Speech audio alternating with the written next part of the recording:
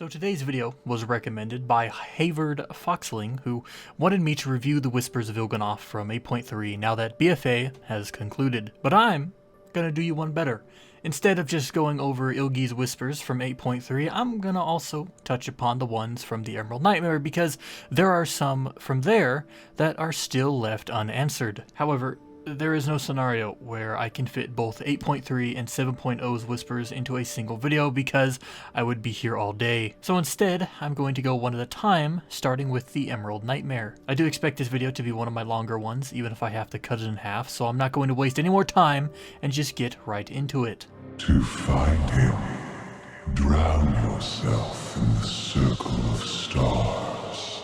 Now this one is one of the obvious ones. The hymn Il'gynoth refers to is ny'alotha, and the Circle of Stars was in fact Nazjatar, or the Eternal Palace, if you want to get technical with it. It was there where ny'alotha was imprisoned, and it was there we found him, and it was there where he was released. There's not much to say on this one anymore, but fun fact, the LFR tier makes a reference to this Circle of Stars talked about by Il'gynoth as the name of the last wing of Eternal Palace. The King of Diamonds has been made a pawn.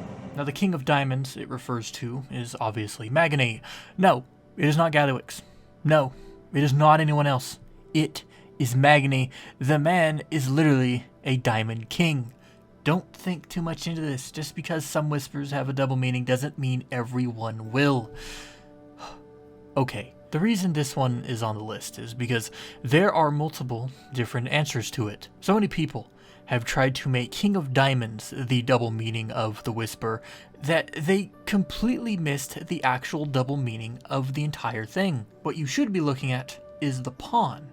You see, Magni is a pawn, but who is he a pawn of? You could say he's a pawn of the old gods.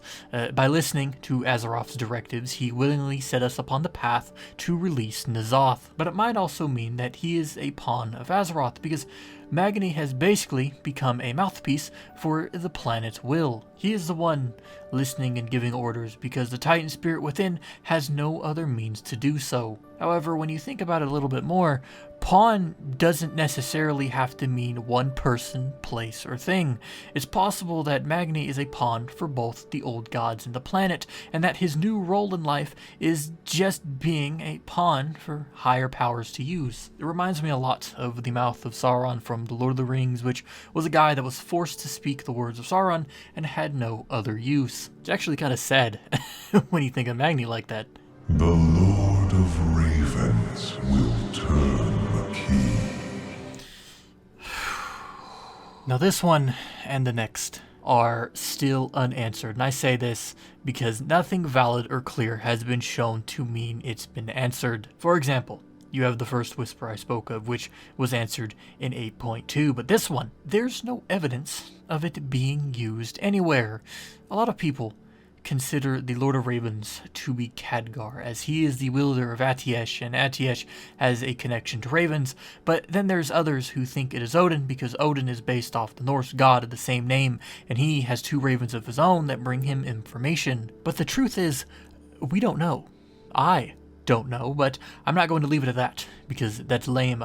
I've actually looked into this a little bit. I dug a little, and while looking into it, I looked at the symbolism of a raven and what it means, and I found that a raven symbolizes many things, but it can symbolize a connection between the material world and the world of spirits. Since the next expansion for WoW has us going to the Shadowlands, I have a feeling this one might be answered sometime in the near future.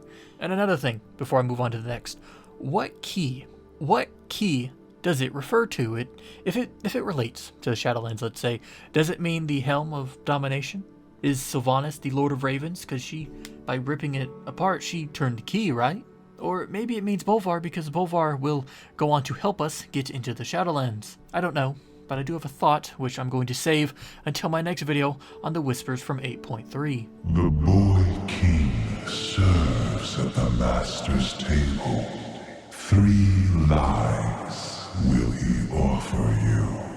Now when you go to the wiki, the thread for it links Boy King to Anduin Wrynn, but How sure are we to say it's him?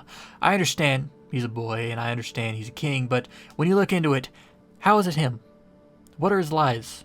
In fact, who is the master it refers to? Many think it is Ny'alotha, but are we sure Ilgi is referring to Ny'alotha here? Because Anduin is a priest of the light, so technically speaking, the light would be his master. Honestly, there are too many questions for this one whisper, and I don't want to spend an hour throwing out my thoughts and theories.